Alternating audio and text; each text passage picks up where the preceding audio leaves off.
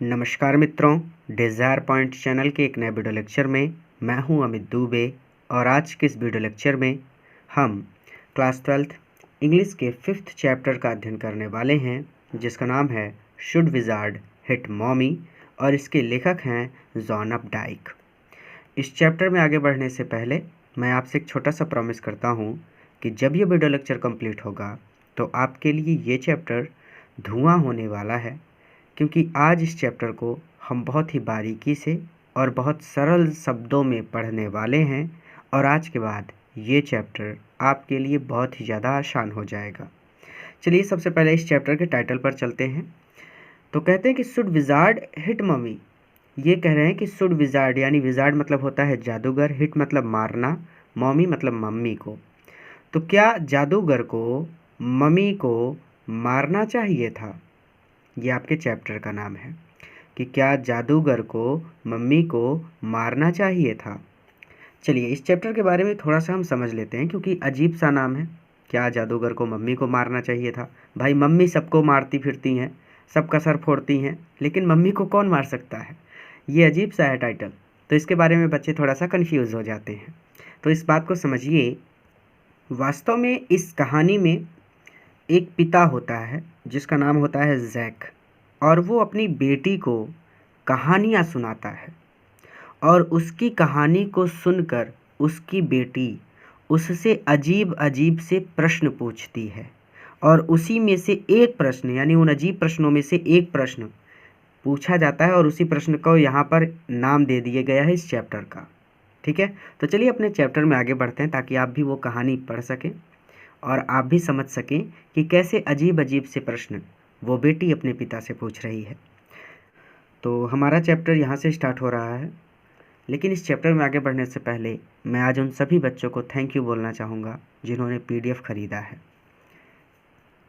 क्योंकि पीडीएफ को सेल करना भी एक तरह से मजबूरी हो गई, क्योंकि हम चैनल को और बड़ा करना चाहते थे, लेकिन और ज़्यादा जो टीचर्स हैं उनकी डिमांड बहुत ज़्यादा है पैसों को लेकर, और उतना हमारा बजट हो नहीं रहा था। हम पीडीएफ को फ्री में ही बांटने वाले थे, बट फिर लास्ट में हमने सोचा कि कुछ बच्चों से भी हेल्प ली जाए, और जिन बच्चों ने भी पीडीएफ ख़रीदा है उन सब को मैं थैंक यू बोलना चाहूँगा, क्योंकि आपकी वजह से अब हमारा चैनल और बड़ा होगा, कुछ नए टीचर भी आएंगे, और वो जो नए टीचर आएंगे वो जितने नए बच्चों को पढ़ाएंगे और जितने बच्चे हमारे संस्था से पढ़ेंगे उन सब का श्रेय सिर्फ आपको जाएगा बेटा, क्योंकि आपने एक बहुत बड़ा योगदान दिया है चैनल को, और आपकी वजह से ना जाने कितने बच्चों का भविष्य सुधरेगा। तो आप सबको थैंक यू, क्योंकि आप ना होते तो शायद मैं भी ना होता। तो आप सबको थैंक यू बेटा। और पीडीएफ को सेल करना मजबूरी है, क्योंकि इस चैनल को बड़ा करना होगा, और बड़ा करने के लिए ताकि आप भी भविष्य में सब कुछ पढ़ सकें हमारे चैनल से, यानी जो कुछ भी आप तैयारी करना चाहते हैं, आपको एसएससी की तैयारी करनी है, आपको आईआईटी की तैयारी करनी है, कुछ भी आपको पढ़ना है तो आप हमारे चैनल से पढ़ सकें। इसके लिए हमें नए टीचर लाने होंगे, और आप सब ने एक बहुत बड़ा योगदान दिया है और मैं इसे जीवन भर याद रखूँगा। तो चलिए अपने चैप्टर पर चलते हैं।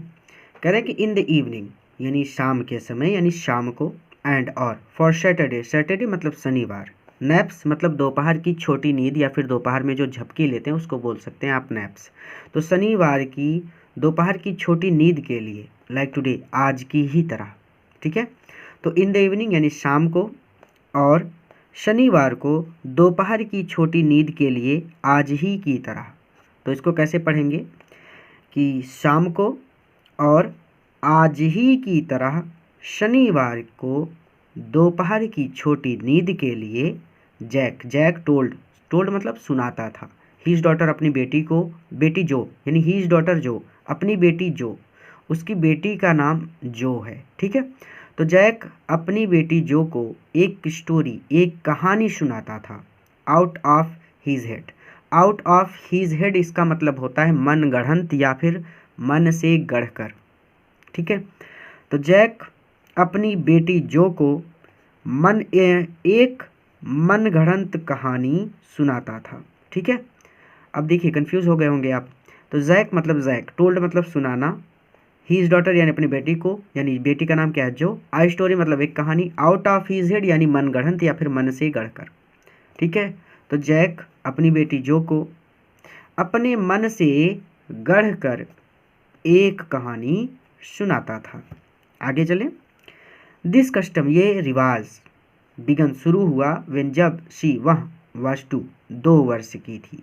ठीक है, तो ये प्रथा तब शुरू हुई जब वह 2 वर्ष की थी। वाज इटसेल्फ, और ये प्रथा स्वयं, वाज इटसेल्फ यानी ये प्रथा स्वयं, नाउ अब, नियरली लगभग 2 ईयर्स 2 वर्ष ओल्ड, पुरानी हो चुकी थी। तो फिर से पढ़ लीजिए कि शाम के समय यानी शाम को और आज ही की तरह शनिवार की दोपहर की छोटी नींद के लिए जैक अपनी बेटी जो को अपने मन से गढ़कर एक कहानी सुनाता था। ये रिवाज या फिर ये प्रथा तब शुरू हुआ जब वह 2 वर्ष की थी और ये प्रथा अब लगभग 2 वर्ष पुरानी हो चुकी है। ठीक है, एंड हीज हेड, और उसका सिर, फेल्ट एम्प्टी, खाली हो गया है। यानी जैक मन से गढ़कर कहानियाँ सुनाता था, तो अब उसे समझ में ही नहीं आता कि कौन सी कहानी गढ़कर वो सुनाए, तो उसका सिर खाली हो गया, अर्थात अब वो मनगढ़ंत कहानियाँ नहीं बना पाता। And his head felt empty, और उसका सिर अब खाली हो चुका था। ईच न्यू स्टोरी, हर एक नई कहानी, वाज अ स्लाइट वेरिएशन, थोड़ा सा परिवर्तित रूप, स्लाइट वेरिएशन यानी थोड़ा सा परिवर्तित रूप होती थी, of a basic tale, basic मतलब मूल, टेल मतलब कहानी की। तो हर एक नई कहानी मूल कहानी की थोड़ा सा परिवर्तित रूप लगती थी। अ स्मॉल क्रिएचर, एक छोटा प्राणी या फिर एक छोटा जीव, जो बोलना चाहे बोल सकते हैं। क्रिएचर मतलब प्राणी या फिर जीव, या फिर आप जीव ही बोलिए या फिर प्राणी बोलिए, ज़्यादा मत याद कीजिए। तो स्मॉल क्रिएचर एक छोटा प्राणी होता है।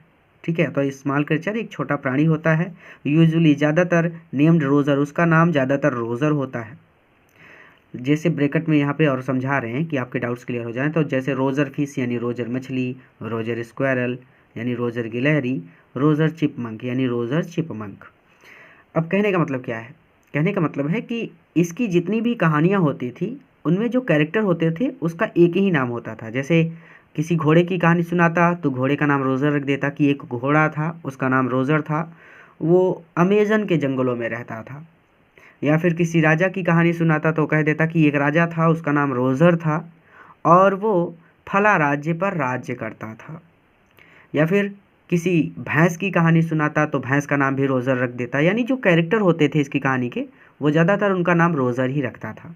ठीक है, हैड सम प्रॉब्लम, उसे कोई समस्या होती, एंड वेंट विथ इट, और विथ इट यानी अपनी समस्या के साथ वेंट, वो जाता, to the wise old owl, wise मतलब बुद्धिमान, ओल्ड मतलब वृद्ध, आउल मतलब उल्लू के पास, और वो अपनी समस्या के साथ बुद्धिमान बूढ़े उल्लू के पास जाता। द आउल, वह उल्लू, टोल्ड हिम, उससे कहता, टू गो, कि वो चला जाए, टू द विजार्ड, जादूगर के पास। आप इसे 2 तरह से पढ़ सकते हैं, एक तो बुक की लैंग्वेज में, एक मेरी लैंग्वेज में। द आउल टोल्ड हिम, उल्लू उससे कहता, to go to the wizard यानी वो विजार्ड के पास चला जाए, या फिर उल्लू उसे विजार्ड के पास यानी जादूगर के पास भेज देता था। एंड द विजार्ड, और जादूगर, परफॉर्म्ड करता था, अ मैजिक स्पेल, कोई जादू, और जादूगर कोई जादू करता, जिससे, दैट यानी जिससे, सॉल्व हल हो जाती, द प्रॉब्लम वो समस्या, जिससे समस्या हल हो जाती थी। चलिए एक बार रिवीजन करते हैं, ध्यान से समझिएगा कि ये जो पहला पैसेज है ना, ये इस चैप्टर की नींव है। तो आपका मुख्य उद्देश्य ये होना चाहिए कि पहला पैसेज तो आपको बहुत अच्छी तरह से आ जाए। वीडियो को पॉज कीजिए, यहाँ से लेकर यहाँ तक एक बार खुद से पढ़ लीजिए ताकि सारे डाउट क्लियर हो जाएं, फिर आप आगे चलिएगा। मैं रिवीजन कराने चल रहा हूँ, जब मैं रिवीजन कराऊँ तो मेरे साथ आप भी पढ़ते चलिए। इन दी इवनिंग यानी शाम को, और आज ही की तरह शनिवार की दोपहर की छोटी नींद के लिए जैक अपनी बेटी जो को अपने मन से गढ़कर एक कहानी सुनाता था। ये प्रथा या फिर ये रिवाज तब शुरू हुआ जब वह 2 वर्ष की थी, और अब ये प्रथा लगभग 2 वर्ष पुरानी हो चुकी है। And his head felt empty, और उसका सिर खाली हो चुका है। हर एक नई कहानी मूल कहानी की थोड़ा सा परिवर्तित रूप लगती थी, अर्थात बस थोड़ा सा परिवर्तन कर देता था, बाकी सेम कहानी होती थी। अ स्मॉल क्रिएचर, एक छोटा सा प्राणी होता था, यूजुअली नेम्ड रोज़र, उसका ज़्यादातर नाम रोज़र होता था। यानी एक छोटा प्राणी होता था जिसका ज़्यादातर नाम रोज़र होता था। जैसे कि ब्रैकेट में देकर समझाया इन्होंने कि रोजर फिश अगर मछली की कहानी सुनाता तो मछली का नाम रोज़र रख देता। स्क्वायरल की कहानी यानी गिलहरी की कहानी सुनाता तो गिलहरी का नाम रोज़र रख देता। चिपमंक की कहानी सुनाता तो उस चिपमंक का नाम रोज़र रख देता, यानी उसके सभी कैरेक्टर का एक ही नाम होता था। तो जैसे Roger fish, Roger squirrel, Roger chipmunk, यानी रोज़र मछली, रोज़र गिलहरी, Roger chipmunk. Had some problem, उसे कोई समस्या होती। ठीक है, तो अब ये ब्रैकेट वाला तो बेटा आपको आ गया एकदम आसानी से। तो आप इस ब्रैकेट वाले को नज़रअंदाज कर दो। आप सीधा सीधा ऐसे पढ़ो कि एक छोटा प्राणी होता था जिसका ज़्यादातर नाम रोज़र होता था, उसे कोई समस्या होती थी। देखो तुरंत समझ में आ गया ना, इसकी वजह से थोड़ा सा सेंटेंस ही डगमगा जाता है। अब ये आ रहा है सबको तो हम इसको छोड़ दे रहे हैं। तो हैड सम प्रॉब्लम, उसे कोई समस्या होती थी। एंड वेंट, और वो जाता, विथ इट, अपनी समस्या के साथ, और वो अपनी समस्या के साथ बुद्धिमान बूढ़े उल्लू के पास जाता। उल्लू उसे जादूगर के पास भेज देता या फिर उल्लू उससे जादूगर के पास जाने के लिए कहता। दोनों तरीके से बता दिए, जैसे आपको याद हो जाए आप पढ़ लीजिएगा। And the wizard performed a magic spell. Magic मतलब जादू, स्पेल मतलब एक तरह से जादुई मंत्र। ठीक है, तो आप सीधा सीधा जादू बोलेंगे। तो जादूगर कोई जादू करता जिससे वह समस्या हल हो जाती। डिमांडिंग इन पेमेंट, इसके बदले में आ नंबर ऑफ पेनीज, वो कुछ पैसे मांगता। नंबर ऑफ पेनीज यहाँ पे पैसों से मतलब है। ठीक है, ज़्यादा भटकना मत, सीधा सीधा से पढ़ लो कि इसके बदले में वो कुछ पैसे मांगता। तो डिमांडिंग इन पेमेंट यानी इसके बदले में, पेमेंट मतलब पैसा, तो demanding in payment a number of pennies. A number of pennies मतलब कुछ पैसा, कुछ पैसा। अ नंबर ऑफ पेनीज मतलब कुछ पैसा। ठीक है, पेनी का तात्पर्य यहाँ पे पैसे से है। तो अ नंबर ऑफ पेनीज यानी इसके बदले में वो कुछ पैसे मांगता। अब इतना तो समझ में आ गया, ब्रैकेट लगा लेते हैं। तो इसके बदले में वो कुछ पैसे मांगता। ग्रेटर, ग्रेटर मतलब होता है ज़्यादा, जो कि ज़्यादा होता। देन द नंबर, उन पैसों से, दैट रोजर क्रेचर हैड, जो रोजर क्रेचर के पास होते थे। बुक की लैंग्वेज में पढ़ोगे तो भटक जाओगे, इसे ऐसे पढ़ो। देखो पहले बुक की लैंग्वेज में समझ लीजिए। इसे यहाँ पे कहा गया है कि इसके बदले में वो कुछ पैसे मांगता जो कि ज़्यादा होते उन पैसों से जितने रोजर क्रेचर के पास होते थे। ये हो गया। इसका सीधा सीधा मतलब ये है कि इसके बदले में वो कुछ पैसे मांगता है, इतना तो एकदम सेम है। लेकिन उतने पैसे रोजर प्राणी के पास ग्रेटर अर्थात नहीं होते थे। कहने का मतलब है कि अगर रोजर के पास 3 रुपए हैं और जादूगर उससे 5 रुपए मांग रहा है तो ये ग्रेटर हो गया ना, 5 रुपए इस 3 से बड़ा हो गया, तो इसलिए लगा है ग्रेटर। ठीक है, यानी उसने मांगे 5 रुपए लेकिन रोजर के पास सिर्फ 3 ही रुपए थे, तो कहाँ से देता। तो इसके बदले में वो कुछ पैसे मांगता और उतने पैसे रोजर प्राणी के पास नहीं होते थे। ग्रेटर मतलब ज़्यादा, तो इसको आसान शब्दों में ऐसे ही पढ़िए। या फिर आप बुक की लैंग्वेज में पढ़ना चाहें तो आप ऐसे पढ़ सकते हो कि इसके बदले में वो कुछ पैसे मांगता और वो पैसे ज़्यादा होते उन पैसों से जितने रोजर प्राणी के पास होते थे। ठीक है, ये भूलने वाला है, इसमें भूल जाओगे, तो ऐसे ही पढ़ लो कि इसके बदले में वो कुछ पैसे मांगता और उतने पैसे, देन द नंबर यानी उतने पैसे रोजर प्राणी के पास नहीं होते थे। But in the same breath, लेकिन इसके साथ ही साथ, but in the same breath यानी लेकिन इसके साथ ही साथ, डायरेक्टिंग द एनिमल, उस जानवर को यानी एनिमल उस प्राणी को या फिर उस जानवर को डायरेक्टिंग बता देता, टू अ प्लेस, एक ऐसा स्थान, वेयर जहाँ द एक्स्ट्रा पेनीज यानी अतिरिक्त पैसे कुड बी फाउंड, मिल सकते थे। लेकिन साथ ही साथ जादूगर उस प्राणी को एक ऐसे स्थान के बारे में बता देता जहां अतिरिक्त पैसे कुड बी फाउंड, मिल सकते थे। Then Roger was so happy, then तब रोजर वाज सो हैप्पी, बहुत खुश हो जाता। ही प्लेड मैनी गेम्स, वो बहुत से खेल खेलता। विथ अदर क्रीचर्स, दूसरे जीवों के साथ या दूसरे प्राणियों के साथ। पहला उद्देश्य तो ये है कि यहाँ तक समझ में आ जाए, क्योंकि बच्चे ये ऊपर वाला देखकर कंफ्यूज रहते हैं और बाद में कुछ भी समझ में नहीं आता। चलिए, क्लास में भी बहुत बार होता है, इसलिए हम कोशिश करेंगे कि एक बार हम इसको फिर से पढ़ लें। भले ही आपको आ रहा है, लेकिन एक बार फिर से पढ़ लेते हैं, क्योंकि पहला पैसेज ही इसका नींव है। तो इसके बदले में वो कुछ पैसे मांगता और उतने पैसे रोज़र प्राणी के पास नहीं होते थे, लेकिन साथ ही साथ जादूगर उस जानवर को या फिर उस प्राणी को एक ऐसे स्थान के बारे में बता देता जहां अतिरिक्त पैसे मिल सकते थे। तब रोज़र प्राणी बहुत ज़्यादा खुश हो जाता था और वह बहुत से खेल खेलता विथ अदर एनिमल क्रिएचर्स, दूसरे प्राणियों के साथ, और वह दूसरे प्राणियों के साथ बहुत से खेल खेलता था। एंड वेंट होम, और वो घर चला जाता, टू हीज मदर, अपनी माँ के पास, जस्ट इन टाइम, ठीक उस समय, टू हियर, जब वो सुनता, द ट्रेन विसल, ट्रेन की सीटी को, दैट, जो ब्रॉट, लाती थी, हिज डैडी, उसके पिता को, होम, घर, फ्रॉम बॉस्टन, बॉस्टन से, जो बॉस्टन से उसके पिता को घर लाती थी।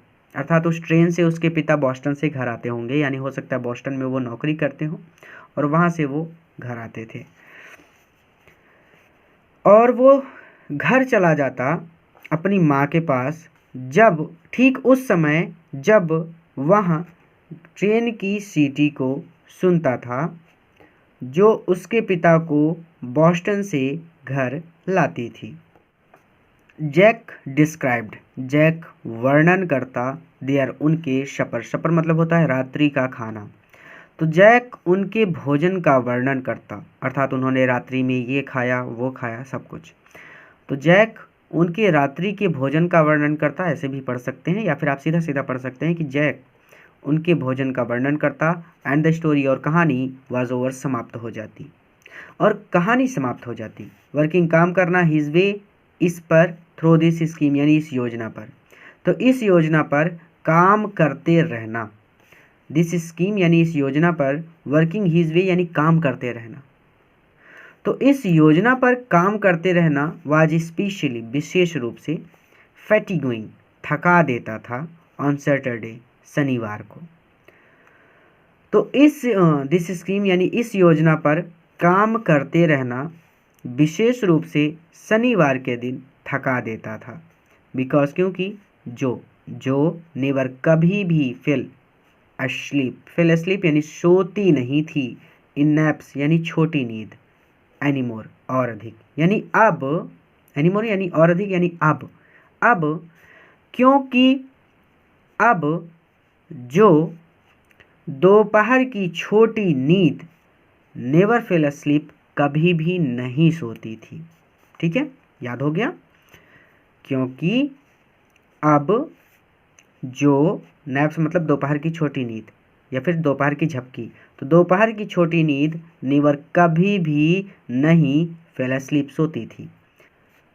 And knowing this, and knowing, know मतलब जानना, दिस, एंड नोइंग दिस, यह जानकर, मेड द राइट मतलब यहाँ पे है रिवाज या फिर प्रथा, सीम फ्यूटाइल यानी व्यर्थ या फिर बेकार, और ये जानकर ये प्रथा व्यर्थ मालूम पड़ती थी। अर्थात जब वो सोती ही नहीं थी तो दोपहर को कहानी सुनाने का क्या लाभ। सुनाता तो कहानी तब था ना जब वो सोने जाती थी, तो अब वो सोती नहीं थी दोपहर को, तो ये प्रथा ही बेकार हो गई। क्योंकि जो अब दोपहर की छोटी नींद कभी भी नहीं सोती थी और ये जानकर ये प्रथा व्यर्थ मालूम पड़ती थी। चलिए, पहला काम आपका ये है कि वीडियो को पॉज कीजिए और अगर आपके पास बुक हो तो यहाँ तक एक बार बुक में खुद से पढ़ लीजिए ताकि डाउट्स ना हो। ठीक है, नहीं तो आप वीडियो को पॉज करके यहाँ से यहाँ तक पढ़ लीजिए। इसके पहले का तो आपने पढ़ ही लिया है। द लिटिल गर्ल, वह छोटी लड़की, द लिटिल गर्ल यानी वह छोटी लड़की। अब ब्रेकेट लगा है यहाँ से यहाँ तक, तो इसका मतलब है कि अब उस छोटी लड़की के बारे में कुछ और वर्णन करेंगे यहाँ पे। तो कहते हैं द लिटिल गर्ल यानी वह छोटी लड़की, नॉट सो लिटिल, इतनी भी छोटी नहीं थी, एनी मोर यानी अब इतनी भी छोटी नहीं थी, द बम्स, बम्स मतलब ऊंचाई, हर फीट उसके पैर मेड बनाते थे, अंडर द कवर्स यानी कवर मतलब बिस्तर के, अंडर मतलब नीचे, तो उसके पैर बिस्तर के नीचे ऊंचाई बनाते थे। वर हाफ वे डाउन, और वो हाफ वे डाउन यानी आधी दूरी तक, हाफ वे मतलब आधी दूरी, हाफ यानी आधा, वे मतलब रास्ता, तो हाफ वे मतलब आधी दूरी तक, डाउन द बेड, बेड पर यानी पलंग पर वो आधी दूरी तक जाते थे। कहने का तात्पर्य है कि जैसे अगर पलंग यहाँ से लेकर यहाँ तक है तो इसका मतलब है कि ये आधी दूरी तक उस बच्ची के पैर आ जाते थे, यानी वो थोड़ी सी बड़ी हो गई थी। पलंग बड़े लोगों के सोने के लिए होती है और बड़े लोग जो होते हैं उनके पूरे पैर बेड पर आ जाते हैं लंबे लंबे जब वो लेटते हैं, लेकिन बच्चे जो होते हैं ना जब वो भी बड़े होने लगते हैं तो उनके पैर भी कम से कम आधी दूरी तक तो या फिर आधी से ज़्यादा दूरी तक तो आने लगते हैं, तो इसका मतलब वो बच्ची बड़ी हो गई थी। तो उसके पैर बिस्तर के नीचे ऊंचाई बनाते थे जो बेड पर या फिर पलंग पर आधी दूरी तक जाते थे। ठीक है, आप इसे दो तरह से पढ़ सकते हैं, ऐसे पढ़ सकते हैं जैसे मैं पढ़ा रहा हूँ, या फिर आप और आसान करना चाहें तो आप ऐसे पढ़ सकते हैं कि वो पलंग की आधी दूरी तक जाते थे। ठीक है, तो वह छोटी लड़की अब इतनी भी छोटी नहीं थी, द लिटिल गर्ल यानी वह छोटी लड़की, not so little any more, अब इतनी भी छोटी नहीं थी। उसके पैर बिस्तर के नीचे ऊंचाई बनाते थे जो पलंग पर आधी दूरी तक जाते थे। Their big double bed, their उनका यानी उसके माता पिता का, जो के माता पिता का, बिग मतलब बड़ा, डबल बेड यानी डबल बेड आप सब ने सुना है, आप सब इस शब्द से परिचित हैं, तो डबल बेड को डबल बेड ही पढ़ेंगे। तो उनके बड़े डबल बेड पर, दैट जिस पर, दे यानी वे, let her be, let her be यानी लेट हर यानी उसे, हर मतलब जो को, बी मतलब सोने देते थे, इन फॉर नैप्स छोटी नींद के लिए, एंड वेन और तब, सी वाज सिक जब वो बीमार होती थी। थोड़ा सा भटक जाते हैं बच्चे, देखिए ध्यान से समझिए। उनके पहले ये देयर क्यों लगा है, किसके लिए लगा है, एक एक वर्ड समझिए। देयर लगा है जो के माता पिता के लिए, दे यानी ये जो के माता पिता के लिए है। ठीक है, हर, ये हर लगा है जो के लिए, लड़की है वो, और तो कुछ नहीं ना, बस। ठीक है, सी, सी भी लगा है जो के लिए। ठीक है, तो देयर बिग डबल बेड, इसके इतने का मतलब हो जाएगा उनके बड़े डबल बेड पर, दैट दे जिस पर वे, लेट हर बी उसे सोने देते थे, इन फॉर नैप्स, नैप्स यानी छोटी नींद के लिए। ठीक है, या फिर झपकी के लिए, आप छोटी नींद ही बोलिए क्योंकि हम शुरू से छोटी नींद ही बोल रहे हैं, छोटी नींद के लिए, एंड और वेन जब, शी वाज सिक वो बीमार होती थी, यानी जब वो बीमार होती थी तब भी वो उसी बेड पर सोती थी, और जब उसे झपकी लेनी होती थी अर्थात छोटी नींद सोनी होती थी तब भी वो उसी बेड पर सोती थी। क्लियर हो गया? तो पूरी तरह से स्पष्ट करना हो तो इसे ऐसे पढ़ सकते हैं कि वह छोटी लड़की अब इतनी भी छोटी नहीं थी, उसके पैर बिस्तर के नीचे जो ऊंचाई बनाते थे वह पलंग की आधी दूरी तक जाती थी। उनके बड़े डबल बेड पर जिस पर वे उसे छोटी नींद और बीमारी में सोने देते थे। एकदम आसान हो गया, एक वर्ड में क्लियर हो गया। बुक की लैंग्वेज में पढ़ोगे बेटा तो भटक जाओगे, इस चैप्टर का यही तो सारा खेल है। बुक की लैंग्वेज में गए तो भटक गए, इसे अपनी तरह से अपनी लैंग्वेज में कन्वर्ट करके पढ़ना होगा। ठीक है, क्योंकि बुक की लैंग्वेज में तो यहाँ पे लिखा है कि उनके बड़े डबल बेड पर जिस पर वे उसे सोने देते थे, इन फॉर नैप्स यानी छोटी नींद के लिए, और जब वह बीमार होती थी, तो लंबा हो जाता है, खिंच जाता है, तो इसे ऐसे ही पढ़ लीजिए कि अपने उस बड़े डबल बेड पर जिस पर वे उसे छोटी नींद के लिए और जब वो बीमार होती थी उस समय के लिए सोने देते थे। ठीक है, और ज़्यादा आसान करना हो तो इसे ऐसे पढ़ सकते हैं कि उनके बड़े डबल बेड पर जिस पर वे उसे दोपहर की छोटी नींद और बीमारी में सोने देते थे।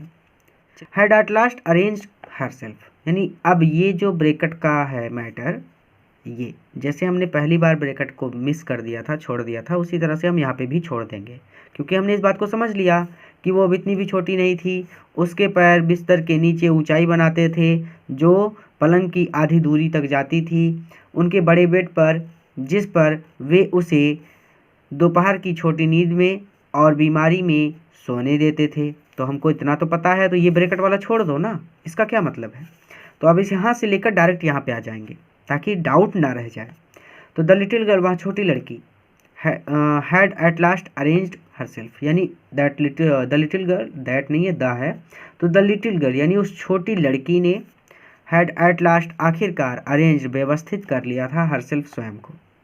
तो उस छोटी लड़की ने आखिरकार स्वयं को व्यवस्थित कर लिया था। एंड फ्रॉम द वे, और जिस तरह से, हर फैट फेस, उसका हर मतलब उसका, फैट मतलब मोटा, फेस मतलब चेहरा, deep in the pillow, pillow मतलब होता है तकिया, ठीक है, सिरहाना भी बोल सकते हैं, सिरहने पर शोन चमक रहा था। एंड फ्रॉम द वे, और जिस तरह से उसका मोटा चेहरा सिरहने पर चमक रहा था, इन द सनलाइट, सूर्य के प्रकाश में, शिफ्टिंग थ्रो, जो आ रहा था, द ड्रॉन शॉट्स, ड्रॉन मतलब बंद, शेड्स मतलब पर्दों से, जो बंद पर्दों से शिफ्टिंग थ्रो छन कर आ रहा था, या फिर आप ऐसे बोल सकते हो कि जो धूप छन कर आ रही थी उसमें। देखिए धूप में हमारा चेहरा चमकता है ना, वही चीज़ यहाँ पे कही जा रही है।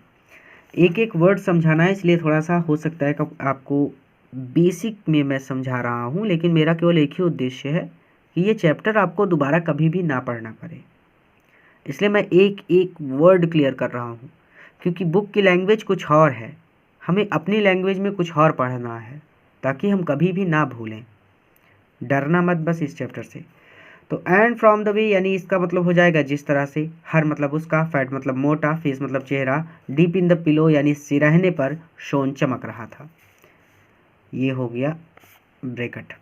तो जिस तरह से उसका मोटा चेहरा सिरहने पर चमक रहा था, इन द सनलाइट, सूर्य के प्रकाश में या फिर सूर्य की धूप में, शिफ्टिंग द्रो, जो छन कर आ रही थी, द ड्रॉन शेड्स, बंद पर्दों से, ड्रॉन मतलब बंद, शेड्स मतलब पर्दे, तो बंद पर्दों से।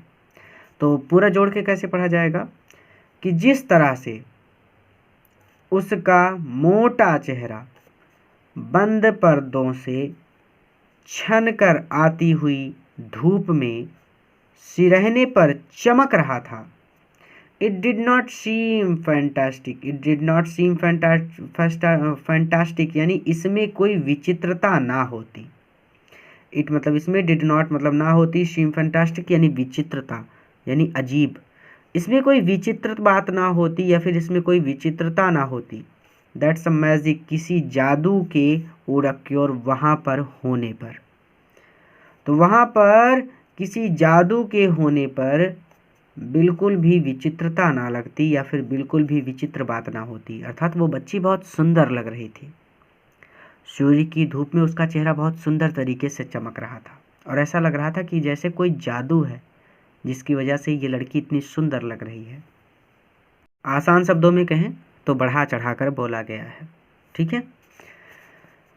और इसमें कोई विचित्र बात ना होती अगर कोई जादू वहाँ पर होता, यानी वहाँ पर किसी सम मैजिक यानी किसी जादू के होने पर बिल्कुल भी विचित्र ना लगता या फिर बिल्कुल भी अजीब ना लगता, अर्थात ऐसा लग रहा था कि वहाँ पर किसी जादूगर ने ही जादू करके इस धूप को इस बच्ची के चेहरे पर डाला है और जिसकी वजह से ये बच्ची इतनी सुंदर लग रही है।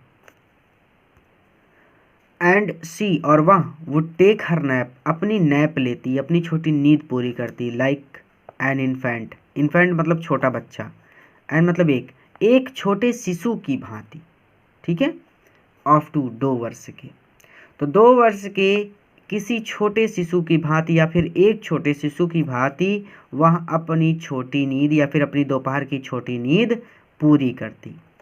हर ब्रदर, उसका भाई बॉबी, उसके भाई यानी उसके भाई का नाम क्या है, बॉबी, तो उसका भाई बॉबी वाज टू 2 वर्ष का था, एंड ऑलरेडी एस्लीप, ऑलरेडी और पहले से ही एस्लीप सो चुका था, विथ हिज बॉटल, अपनी बॉटल के साथ। तो उसका भाई बॉबी 2 वर्ष का था और वह पहले ही अपनी बॉटल के साथ सो चुका था। जैक आस्क्ड, जैक ने पूछा, who shall the story be, यानी who shall the story, the story यानी ये कहानी, बी होगी, अबाउट टुडे, आज, यानी आज किसके बारे में कहानी होगी, अर्थात आज की कहानी किसके बारे में होगी। स्पष्ट हो गया। ये पूरी लाइन का मतलब ही होता है आज की कहानी किसके बारे में होगी, एकदम स्पष्ट है, लेकिन एक एक वर्ड मैंने सोचा आप समझ जाएं। चलिए एक बार रिवीजन कर लेते हैं ताकि डाउट्स ना रह जाएं। तो वहाँ छोटी लड़की अब इतनी भी छोटी नहीं थी, उसके पैर बिस्तर के नीचे ऊंचाई बनाते थे जो पलंग पर आधी दूर तक जाती थी। उनके उस बड़े डबल बेड पर जिस पर वे उसे दोपहर की छोटी नींद और बीमारी में सोने देते थे ने आखिरकार स्वयं को व्यवस्थित कर लिया था। एंड फ्रॉम द वे, और जिस तरह से बंद पर्दों से छन कर आती हुई सूर्य की धूप में सिरहने पर उसका मोटा चेहरा चमक रहा था, वहाँ पर किसी जादू के होने पर बिल्कुल भी विचित्र ना लगता। तो वुड एक्योर्ड सम मैजिक, यानी वहाँ पर किसी जादू के होने पर it did not seem fantastic, बिल्कुल भी विचित्र ना लगता। And she would take her nap, और वो अपनी छोटी नींद पूरी करती। लाइक एन इन्फेंट ऑफ 2, किसी 2 वर्ष के छोटे शिशु की भांति। तो किसी 2 वर्ष के छोटे शिशु की भांति वहाँ अपनी दोपहर की छोटी नींद पूरी करती थी। उसका भाई बॉबी 2 वर्ष का था और वो पहले ही अपनी बोतल के साथ सो चुका था। जैक ने पूछा, आज की कहानी किसके बारे में होगी। रोज़र, यानी उसके सभी हीरो का नाम रोज़र ही होता था, यानी चाहे जिसकी कहानी सुनाए उसका नाम तो रोज़र ही होता था। तो लड़की कह रही रोज़र, जो स्क्वीज्ड हर आइज, जो ने स्क्वीज्ड हर आइज, अपनी आंखें शट कर ली, बंद कर ली। तो रोज़र बोलकर जो ने अपनी आंखें बंद कर ली and smiled to be thinking, और सोचते हुए मुस्कुराने लगी या फिर मुस्कुराते हुए सोचने लगी। रोज़र, यानी उसने नाम बताया कि आज की कहानी भी रोज़र के बारे में ही होगी। फिर वो कहती है कि जो स्क्वीज्ड हर आइज शट, जो ने अपनी आंखें बंद कर ली and smile to be thinking, और मुस्कुराते हुए सोचने लगी। शी वाज थिंकिंग, वह सोच रही थी। हर आइज ओपनड, उसने अपनी आंखें खोली। Her mother's blue, her mother यानी उसकी माँ की ही तरह ब्लू, उसकी आंखें भी नीली थी। तो उसकी माँ की ही तरह उसकी आंखें भी नीली थी। स्कंक, यानी उसने नाम बताया स्कंक। तो रोज़र स्कंक। सी सैड फॉर्मली, उसने दृढ़ता से कहा या फिर उसने जोर देकर कहा। तो उसने कौन सा नाम बताया, रोज़र स्कंक, यानी सोचा होगा उसने कि रोज़र राजा बोलूं या फिर रोज़र गिलहरी बोलूं या फिर रोज़र मधुमक्खी बोलूं। तो उसने बोला रोज़र स्कंक, यानी नाम तो उसको पहले से पता था, लेकिन लास्ट में उसे क्या बोलना है वो चीज़ सोचने में उसे टाइम लग गया कि राजा, कि गिलहरी, कि मंत्री, कि जादूगर। नाम तो सबका रोज़र ही होगा, जैसे नाम तो मेरा अमित ही है, अब अमित में दुबे हो गया, तिवारी हो गया, पांडे हो गए, सब अलग अलग है। ठीक है, तो सब हीरो का नाम एक ही है, लेकिन लास्ट में वो कुछ भी बदल कर रख देता था कि गिलहरी बोल दिया या फिर राजा बोल दिया या फिर कोई प्राणी बोल दिया। रोज़र, जो ने अपनी आंखें बंद कर ली और मुस्कुराते हुए सोचने लगी, वह सोच रही थी। हर आइज ओपन, उसने अपनी आंखें खोली। उसकी आंखें उसकी माँ की ही तरह नीली थी। स्कंक, सी सेड फर्मली, उसने जोर देकर कहा स्कंक। अ न्यू एनिमल, एक नया जीव, या फिर एनिमल मतलब होता है पशु, तो एक नया पशु। दे मस्ट, दे मतलब वे लोग, मस्ट अवश्य ही टाक बात करते होंगे अबाउट स्कंक, स्कंक के बारे में, at nursery school, nursery school में, यानी जो नर्सरी स्कूल में पढ़ती थी। तो नर्सरी स्कूल में अवश्य ही स्कंक के बारे में बात होती होगी। ठीक है, वो सोच रहा है। अब आगे वो कह रहा था ए न्यू एनिमल, एक नया पशु। They must talk about skunk at nursery school, यानी नर्सरी स्कूल में अवश्य ही स्कंक के बारे में, अबाउट मतलब बारे में, बात होती होगी। Having a fresh hero, having यानी पाकर, अ फ्रेश हीरो, एक नया हीरो। तो एक नया हीरो पाकर, या फिर हीरो का हिंदी होता है नायक, आप चाहें तो एक नया नायक पढ़ सकते हैं।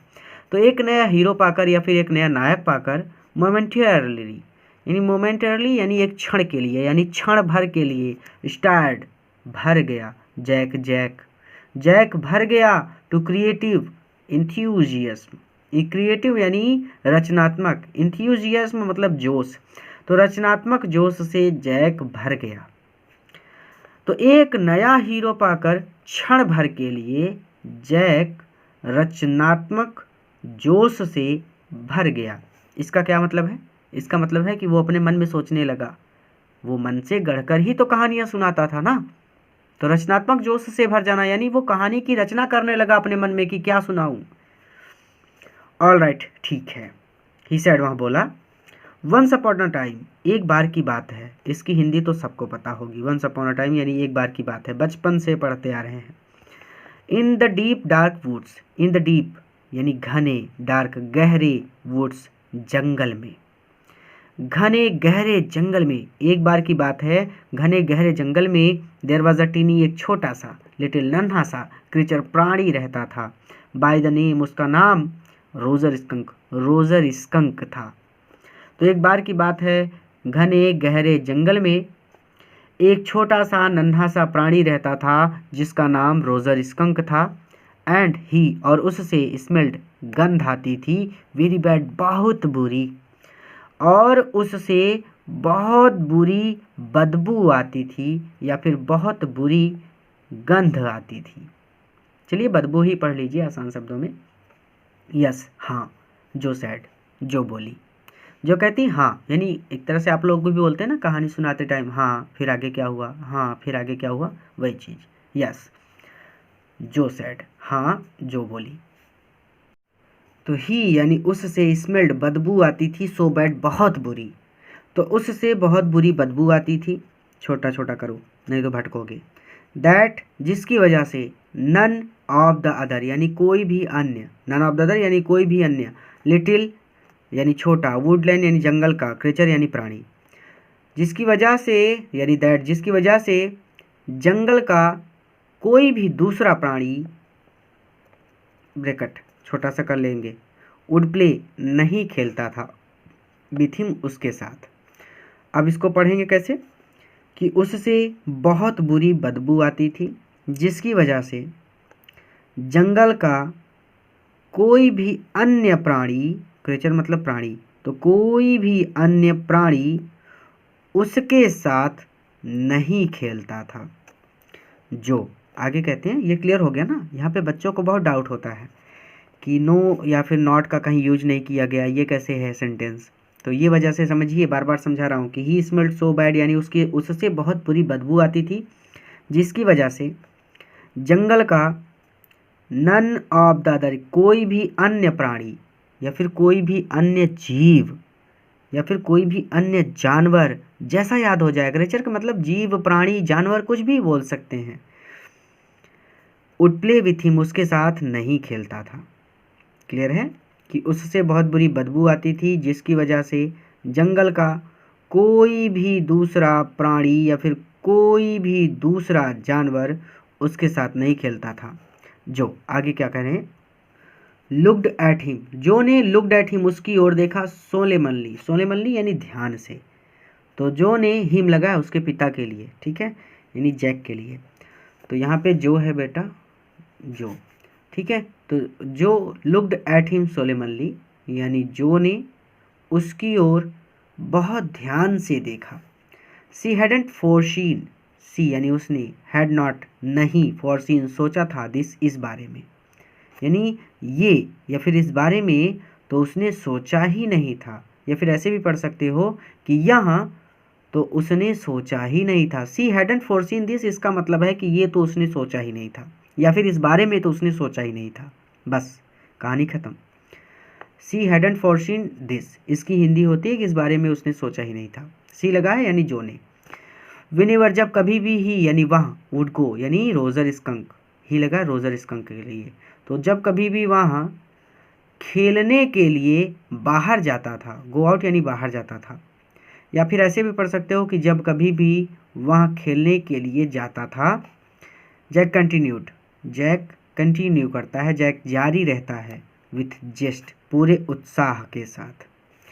तो जैक उत्साह से कहानी जारी रखता है। जैक कंटिन्यूड यानी जैक कहानी जारी रखता है, विथ जेस्ट यानी उत्साह से। तो जैक उत्साह के साथ या फिर पूरे उत्साह से कहानी जारी रखता है। रिमेंबरिंग, उसे याद आने लगते हैं। सर्टेन ह्यूमैलिएशंस, ह्यूमैलिएशंस यानी कुछ, सर्टेन मतलब कुछ, ह्यूमैलिएशन मतलब अपमान, ऑफ हिज ओन उसके अपने, चाइल्डहुड बचपन के, उसे अपने बचपन के कुछ अपमान याद आने लगते हैं। All of the other teeny, all of the other यानी सभी, टीनी मतलब छोटे, एनिमल्स मतलब जानवर, सभी छोटे जानवर उठ क्राई चीखने लगते। आ ऊ यानी आ और ओह, हेयर कम्स देखो आ गया, रोजर स्टिंकी स्कंक, स्टिंकी यानी बदबूदार रोजर स्कंक, ये देखो बदबूदार रोजर स्कंक आ गया। एंड दे और वे वुड रन अवे, भाग जाते, और वो भाग जाते। एंड रोजर स्कंक और Roger skunk would stand there, वहाँ पर खड़ा रहता, ऑल अलोन अकेला, और रोजर स्कंक वहाँ पर अकेला खड़ा रहता। चलो पहले इससे यहाँ तक समझ लेंगे कि जो ने उसकी ओर बहुत ध्यान से देखा, उसने इस बारे में तो सोचा ही नहीं था। जब कभी भी वह खेलने के लिए बाहर जाता या फिर जब कभी भी वो खेलने के लिए जाता, जैक ने पूरे उत्साह से कहानी जारी रखी। उसे अपने बचपन के कुछ अपमान याद आने लगे थे। All the other teeny animals, सभी दूसरे सभी छोटे जानवर चीखने लगते। आह ओ देखो बदबूदार रोजर स्कंक आ गया, और वो सभी भाग जाते, और रोजर स्कंक वहाँ अकेला खड़ा रहता। ऐसे भी बोल सकते हो कि रोजर स्कंक वहाँ अकेला खड़ा रह जाता, अर्थात कोई भी नहीं बचता था, सब लोग उससे दूर भागते थे। एंड टू और दो लिटिल छोटे राउंड यानी गोल गोल, टीयर्स मतलब आंसू, तो आंसू थोड़े गोल ही होते हैं तभी तो वो आँखों से लुढ़क कर नीचे गिरते हैं। तो और दो छोटे छोटे गोल आंसू वुड फॉल, गिर जाते, फ्रॉम हिज आइज उसकी आँखों से। ठीक है, तो और दो छोटे छोटे आंसू उसकी आँखों से गिर जाते। अब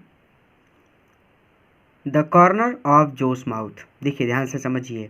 अब ये वाली जो लाइन है, the corner of Jo's mouth dropped down and her lower lip bent forward as he traced with a forefinger along the side of her nose the course of one of Roger Skunk tear। ये line बड़े बड़े धुरंधर बच्चों को भी नहीं समझ में आती एक बार में, तो ध्यान से समझिएगा। चलिए, and Roger skunk would stand there, ये तो हो गया था, ये भी हो गया था कि दो छोटे छोटे गोल आंसू उसकी आँखों से गिर जाते या फिर उसकी आँखों से लुढ़क कर नीचे गिर जाते, ये हो गया था। द कॉर्नर, कॉर्नर्स मतलब होता है किनारा, ऑफ जोस माउथ, जो हमारी जो छोटी सी लड़की है उसका नाम है, तो जो के माउथ मुंह के किनारे, ड्रॉप्ड झुक गए, डाउन यानी नीचे झुक गए।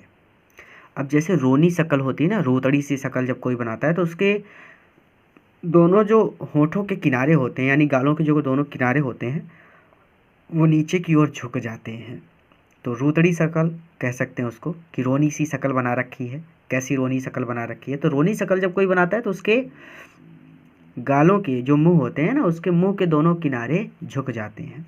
ध्यान से समझना, यहाँ पे एक्सप्रेशन भी है और टेक्स्ट भी है, दोनों चीज़ें समझनी है। तो द कॉर्नर मतलब होता है किनारे, ऑफ जोस माउथ यानी जो के मुंह के, ड्रॉप डाउन नीचे झुक गए, तो ये हो गया। एंड हर लोअर लिप, और उसका नीचे का जो होंठ था, लिप मतलब होंठ, और उसका निचला होंठ या फिर नीचे का होंठ बेंट फॉरवर्ड, बेंट मतलब फॉरवर्ड यानी आगे की ओर उभर आया या फिर आगे की ओर निकल आया। जो रोनी सी शक्ल होती है, जब लोग रोने के लिए या फिर छोटे बच्चे जब रोने के लिए शक्ल बनाते हैं ना, तो नीचे वाला होंठ आगे की ओर निकल आता है और उनके मुंह के दोनों किनारे नीचे की ओर झुक जाते हैं। जब हम लोग हंसते हैं तो हमारा चेहरा जो मुंह है ये दोनों किनारे ऊपर की ओर जाते हैं, लेकिन जब हम लोग रोते हैं तो हमारे मुंह के दोनों किनारे नीचे की ओर आते हैं, और जो हमारा निचला होंठ होता है वो आगे की ओर उभर आता है, तो उसे बोलते हैं रोनी सी शक्ल।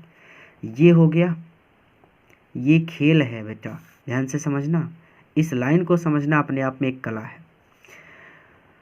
तो कॉर्नर्स यानी किनारे ऑफ जोस माउथ, जो के मुंह के किनारे नीचे झुक गए और उसका निचला होंठ आगे की ओर उभर आया या फिर आगे की ओर निकल आया। इतना क्लियर है। एज ही लगा है जैक के लिए, ट्रेस्ड यानी पोंछना, जैसे ही उसने पोंछा विथ अ फोर फिंगर, अपनी तर्जनी उंगली से, तर्जनी उंगली यानी इस उंगली से, ठीक है। तो अपनी तर्जनी उंगली से अलॉन्ग द साइड, किनारों को, of her nose the course, nose यानी नाक से, द कोर्स निकलता हुआ, वन ऑफ एक, Roger Skunk, Roger Skunk tear आंसू, रोजर स्कंक का आंसू। लाइन ही नहीं समझ में आई। कहने का मतलब है, पहले ये बात समझिए कि हो क्या रहा है। छोटे बच्चे जब कहानी सुनते हैं तो वो कहानी के साथ साथ अपना चेहरा बनाते हैं, यानी जब वो जो सुनती है कि उस बेचारे रोजर स्कंक के साथ कोई खेलता नहीं था, सब लोग उसे देखते ही भाग जाते थे, तो वो थोड़ी सी उदास हो जाती है। लेकिन इसमें मुख्य भूमिका उसके पिता की है, क्योंकि उसके पिता कहानी सुना रहे हैं और साथ ही साथ वो वैसी एक्टिंग भी कर रहे हैं जिससे जो को ऐसा लगे कि उसके पिता एकदम असली ही कहानी सुना रहे हैं। इसलिए जैक वो एक्टिंग भी कर रहा है वैसी वैसी जैसी वो स्थिति रोजर स्कंक की बता रहा है। तो वही चीज़ यहाँ पे कही गई कि एज ही, जब उसने ट्रेस्ड पोंछा विथ फोर फिंगर, अपनी तर्जनी उंगली से, अलोंग द साइड यानी किनारे को, ऑफर नोज अपनी नाक के, द कोर्स यानी नाक से निकलते हुए, रोजर स्कंक, रोजर स्कंक के आंसू को। क्या मतलब है कि वो दिखा रहा है कि उसका आंसू लुढ़कते हुए उसकी नाक तक आ गया है और वहाँ पर उसने उस आंसू को पोंछा। कौन पोंछ रहा है? जैक। एक्टिंग कौन कर रहा है? जैक। और नाम किसका दिया गया है? रोजर स्कंक, क्योंकि वो किसकी एक्टिंग कर रहा है? रोजर स्कंक की। यानी वो रोकर अपनी बेटी को दिखा रहा है कि इस तरह से रोजर स्कंक रो रहा था। तो एज, जब उसने ही मतलब उसने यानी जैक ने, ट्रेस्ड पोंछा विथ फोर फिंगर अपनी तर्जनी उंगली से, अलोंग द साइड किनारे को, of her nose the course अपनी नाक से निकलता हुआ, रोजर स्कंक का वन टीयर यानी एक आंसू। ठीक है। तो जब, अब इसको उल्टा पढ़ो, ठीक है, सीधा पढ़ोगे तो नहीं समझ पाओगे कि जब यानी वो एक्टिंग कर रहा है। कौन एक्टिंग कर रहा है? जैक। किसकी एक्टिंग कर रहा है? रोजर स्कंक की। तो जब उसने अपनी तर्जनी उंगली से रोजर स्कंक की, सॉरी यहाँ से पढ़ेंगे तो गड़बड़ हो जाएगा, इसको ऐसे पढ़ना है जैसे है। जब उसने अपनी तर्जनी उंगली से अपनी नाक के किनारे से निकलता हुआ रोजर स्कंक का एक आंसू पोंछा, तो जो के मुंह के किनारे झुक गए और उसका निचला होंठ आगे की ओर निकल आया या फिर आगे की ओर उभर आया। अर्थात जैसे जैसे एक्टिंग कर रहा था जैक, उसको देखकर जो भी थोड़ा सा सैड हो गई, उसने भी थोड़ी सी रोनी सी शक्ल बना ली। अब तो कोई डाउट नहीं है ना, यहाँ पे कोई दिक्कत नहीं होनी चाहिए बेटा। बहुत सारे बच्चों को कन्फ्यूज़न होती है लेकिन वो चीज़ें समझते नहीं है। बस चीज़ें समझ लो, आपको चैप्टर आसानी से समझ में आ जाएगा। कहने का सीधा सा मतलब है कि जैक रोजर स्कंक की एक्टिंग कर रहा है, जैसे मंच पर सब लोग एक्टिंग करते हैं ठीक वैसे ही। और जैक की दर्शक कौन है? जो। और जो बहुत छोटी है और बहुत छोटी होने की वजह से वो जब देखती है कि जैक रो रहा है तो उसकी आंखों यानी उसके भी वो मुंह के दोनों किनारे झुक जाते हैं और उसके निचले होंठ आगे की ओर उभर आते हैं, अर्थात वो भी थोड़ी सी रोनी सी शक्ल बना लेती है। ठीक है। तो जब उसने अपनी तर्जनी उंगली से अपनी नाक के किनारे से निकलता हुआ रोजर स्कंक का एक आंसू पोंछा, तो जो के मुंह के किनारे झुक गए और उसका निचला होंठ आगे की ओर उभर आया। क्लियर हो गया? वीडियो को पॉज करके रिवीजन कर लो, अपने आप आ जाएगा। कुछ भी बड़ा नहीं है, कुछ भी मुश्किल नहीं है। अब एक चुनौती को पार कर आप दूसरी चुनौती में आ गए हैं। ये भी चुनौती है कि अब इसके बाद देखिए, वॉन्ट ही यानी क्या वह, शी नहीं मिलेगा, द आउल उल्लू से। तो क्या वह उल्लू से नहीं मिलेगा? क्योंकि उसकी कहानी में वो उल्लू से मिलने जाता था, उसका जो नायक होता था। यानी जैक की कहानी में सभी रोज़र जो होते थे वो उल्लू से मिलने जाते थे और उल्लू उनको जादूगर के पास भेजता था। तो क्या वह उल्लू से नहीं मिलेगा? सी आस्क्ड, उसने पूछा, इन अ हाई एक ऊंची, एंड फेंटली रफेंड, फेंटली रफेंड मतलब होता है भद्दी वॉइस, आवाज़ में। तो उसने ऊंची और भद्दी आवाज़ में पूछा। तो सिटिंग यानी बैठा हुआ, ऑन द बेड यानी बिस्तर पर, बिसाइड हर यानी हर लगा है जो के लिए। अब जो के ठीक बगल में ही जैक बिस्तर पर बैठा हुआ था, ये बात कही जा रही है। तो उसके ठीक बगल या फिर उसके बगल बिस्तर पर बैठे हुए जैक ने, ठीक है, तो बिसाइड हर यानी जो के बगल, हर लगा है जो के लिए। तो उसके बगल बिस्तर पर बैठे हुए जैक ने फेल्ट महसूस किया कि द कवर्स, कवर्स यानी चादर, की चादर टग खींची, चादर खींची या फिर चादर खींची गई।